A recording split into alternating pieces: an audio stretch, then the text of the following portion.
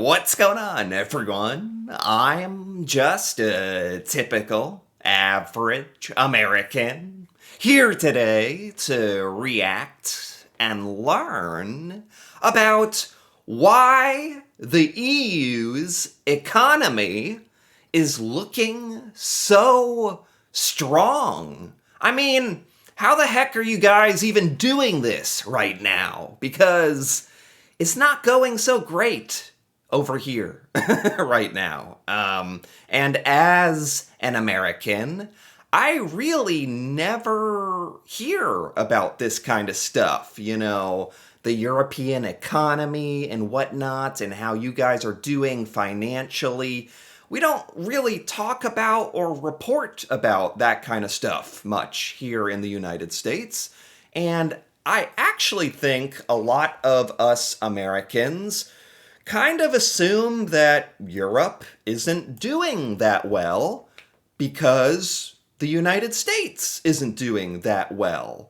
But that does not seem to be the case at all, at least according to this video. So today, I want to take a look at this video. It's by TLDR News EU, and it's about why the EU economy is looking surprisingly strong right now.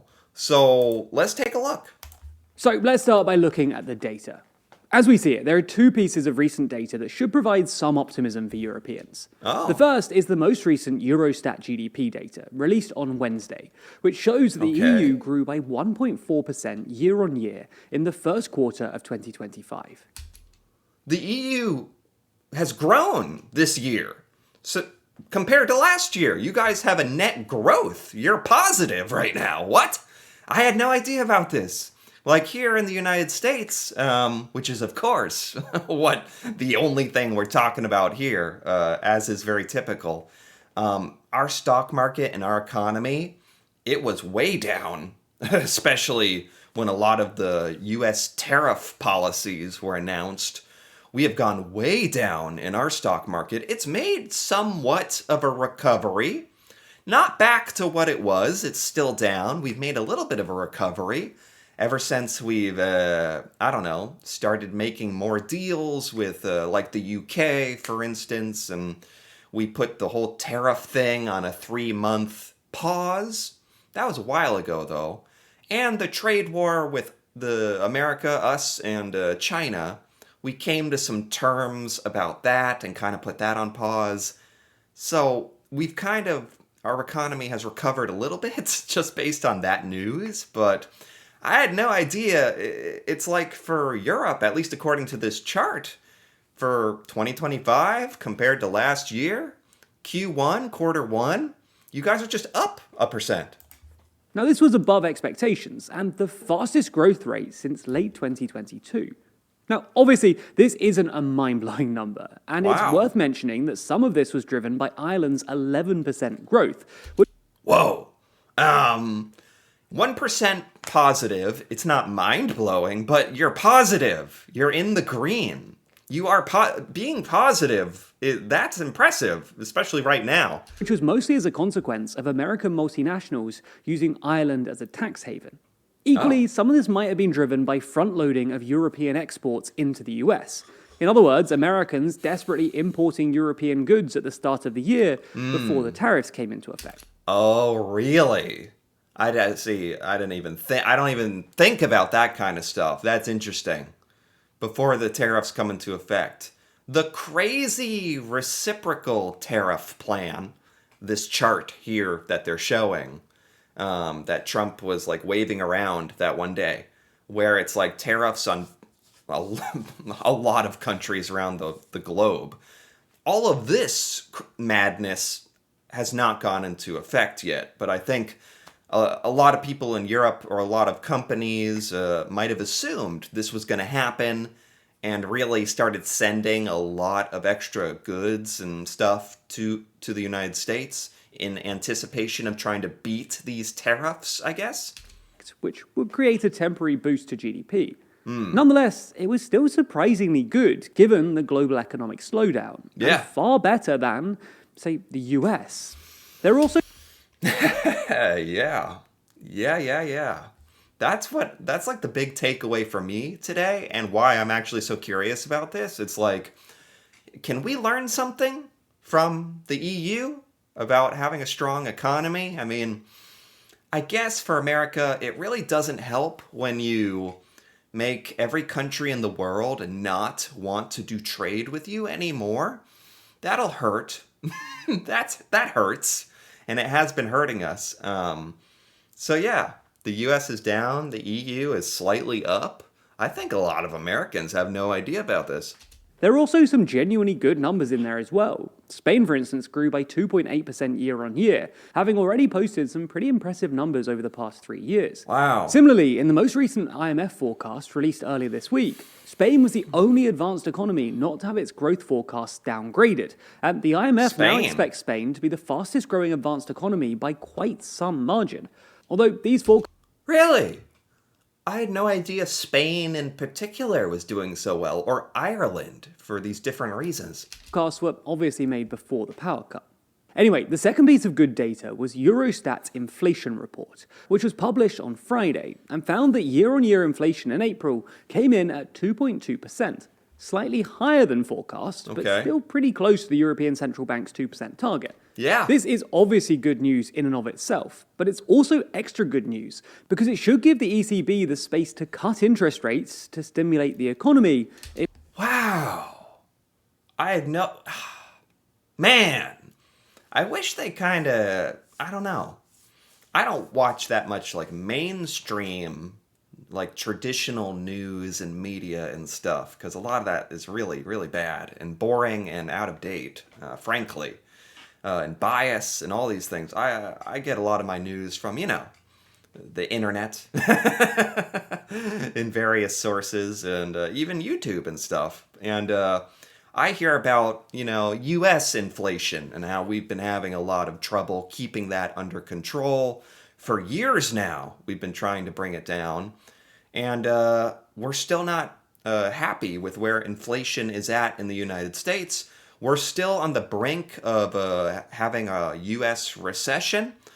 If we're not already in a recession right now, I guess in the future we'll look back and kind of say if we are or aren't, but we're trying to hold off a recession maybe. Inflation is not quite under control, and we can't cut interest rates here in the United States, which would be very stimulating for us, but we have not done it, and it looks like we're not. And Europe is just has all of these things under control. And you are thinking about cutting rates, or are you cutting rates? Because it should give the ECB the space to cut interest rates to stimulate the economy. You're considering cutting interest rates. Okay, that's not really a consideration right now in the United States. If Trump's trade wars put a further drag on growth in the future. And again, this stands in marked contrast to the US, where, while inflation did fall last month, Fed Chair Jerome Powell has strongly implied that he won't be able to cut rates even with the US nearing recession, because of the inflationary risks associated with Trump's tariffs, a move which invited the president's ire. Interestingly, almost all of this European disinflation...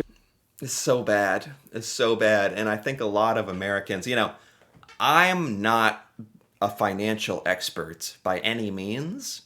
I just understand, I think, enough to be somewhat educated on the matter. I think a lot of Americans have no idea what these trade wars and tariffs and honestly the strain of the U.S. relationship with a lot of countries around the world not wanting to do business with us really or make deals with the United States. How much that really is dragging down our economy and raising our prices and doing a lot of things right now, or that are going to very quickly come into effect. Was driven by lower energy prices, which fell by 3.5%, and this points to a wider cause for optimism for the European economy, the prospect of structurally lower prices. For context, the past few years have proved pretty definitively that high energy prices are terrible for Europe, largely because Europe is a net energy importer. Therefore, high energy prices push up inflation, undermine European industrial competitiveness, and help Russia, because oil and gas revenues give Putin more money to spend on his war in Ukraine. Sure. Now, unfortunately for Europe, energy prices have been pretty high since the pandemic. You can see this just by looking at the price of oil, which remains the most important energy source to any modern economy. This is a topic I've never really learned or heard much about, how the energy works in the EU and how much it affects your economy.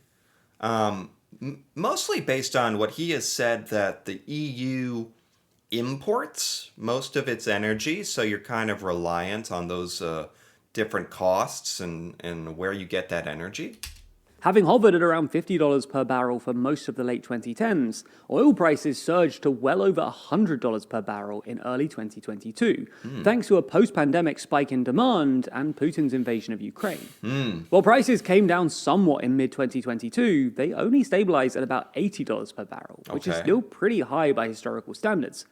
This also understates the real costs for Europe, because oil imports are usually denominated in dollars, and the dollar was also pretty expensive, trading at near parity with the euro during this time period. However, in the past couple of months, oil So historically, the euro has been more valuable than the U.S. dollar. Like, I don't know, based on this chart, trading at near like 0.88 euros is 1 U.S. dollar. Wow. parity with the euro during this time period. However, in the past couple of months, oil prices have come down significantly, and oil is now trading at about $60 per barrel. At the same time, the dollar has lost ground against the euro and is now trading below 90 cents. Yeah. Now, both of these phenomena have been driven by Trump's unpredictable tariff policy, which have slowed the global economy and therefore the demand for oil, as well as undermining faith in the US and therefore the dollar. This is all Exactly. I mean, it's a lot of. How should I say this? A lot of this is mostly a drag on the United States, and it's dragging us down.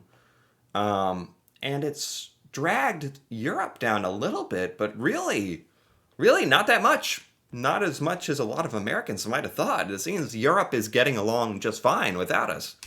made importing energy significantly cheaper for Europe, which has helped tamp down inflation and should improve Europe's industrial competitiveness in the medium to long term. In more good news for Europe, there are also reasons to think that oil prices will stay relatively low for the foreseeable future, largely thanks to Saudi Arabia. For context, for the past few years, Saudi Arabia has been trying to keep oil prices high, in large part because the Saudis know that Vision 2030, Crown Prince Mohammed bin Salman's ambitious plan to modernize the Saudi economy, is going to cost a lot of money. What is this? I mean, I don't know. I didn't know anything about any Vision 2030 Saudi Arabia. Anyway, the point is Europe's economy and energy is really highly dependent upon the cost of a barrel of oil. Very dependent on that. Okay. This has required the Saudis to convince the other members of OPEC Plus, that is the international cartel of oil-producing states, to collectively cut production. But high global prices and steep production cuts have made it increasingly tempting for other OPEC Plus members like Kazakhstan, Iraq, and the UAE to essentially cheat the cartel. In other words, pump more oil than they should and rake in the cash. Good. Should that Saudi Arabia or whoever, should they be able to talk to the whole global oil, alliance or conglomerate or whatever, and be like, let's slow down the production of oil so we can raise more money for our 2030 master plan? Should that be a thing? Apparently not, because a lot of other countries like Iraq, Kazakhstan, the UAE are just like, no, everyone's gonna buy oil from us now. Forget you guys. This has forced Saudi Arabia to unilaterally cut production. But their decision to unwind these cuts earlier this year suggests that the Saudis have essentially given up on this project of structurally higher prices and are now accepting lower prices, but will instead pump more oil to make up for the revenue shortfall. Okay. Now, this might create some tension with Trump because lower prices will hurt American shale producers, who can only turn a profit above $65 a barrel. But it'll be great for both European industry and European consumers. Wow, the oil prices being so low is not only great for Europe, but is bad for America because we want to sell our oil.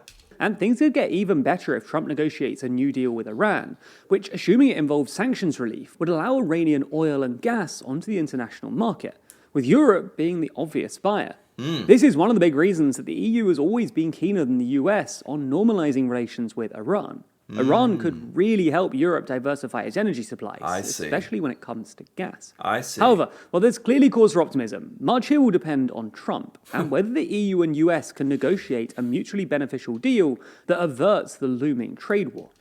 Isn't that fun? Isn't that just so much fun for you guys to be dependent upon what Donald Trump wants to do with this trade deal and the tariffs? And isn't that just a joy to know that that's determining the fate of us all? Nonetheless, Europe should still be buoyed by the fact that going into these negotiations, the European economy looks stronger than its American counterpart for the first time in a while, Wow. which is not what anyone expected when Trump first threatened tariffing the bloc during his campaign. But Exactly. That's exactly what I'm saying. I think a lot of Americans thought, okay, threatening these tariffs is going to be some kind of bargaining chip because the world needs to do trade with the United States. No, doesn't seem to be the case. Europe's doing great. We're not doing that great here in America. Europe's doing good. And if there are more widespread general negotiations between the EU and, us, the United States, trade negotiations, Europe is going to be able to negotiate from a really powerful position of like, we don't need America. We don't need you. We don't have to make a deal. America should really want to make a deal. If anything, we should be the ones afraid, of a deal not happening because it's not looking so great. I think, more Americans need to understand this. ultimately, this is a complex and nuanced economic story, and as such, there's plenty more to read about it online. Okay, I think that's the end. The rest is just their newsletter or something that they're selling. But this is a great channel, TLDR News. They're so great. I learn so much about Europe and other parts of the world and stuff that's going on from this channel. So I want to give them a lot of credit for this stuff. This was so interesting, and like I've been saying this whole video, more Americans really need to understand what's happening in Europe and other parts of the world and the economy, the world economy, not just the American economy, and where exactly we stand. Because based on all this, the EU is looking fine, if not better than fine, good. And America, we're kind of teetering on the edge of a cliff right now. We're holding on somehow, but it's not looking great. So this was really informative to me. I'm really glad I took a look at this. So anyway, if you enjoyed this as well, feel free to give this video a like or leave a comment with your thoughts on how the EU economy is looking so strong, how the American economy is not looking that great. And any of this stuff really would be really interesting to hear from Europeans out there, your point of view that I don't get to hear that much here in the United States. That'd be great to hear from you in the comments. So if you enjoyed this, feel free to give this video a like or subscribe for more videos like this. And until then, thanks for watching and see you next time.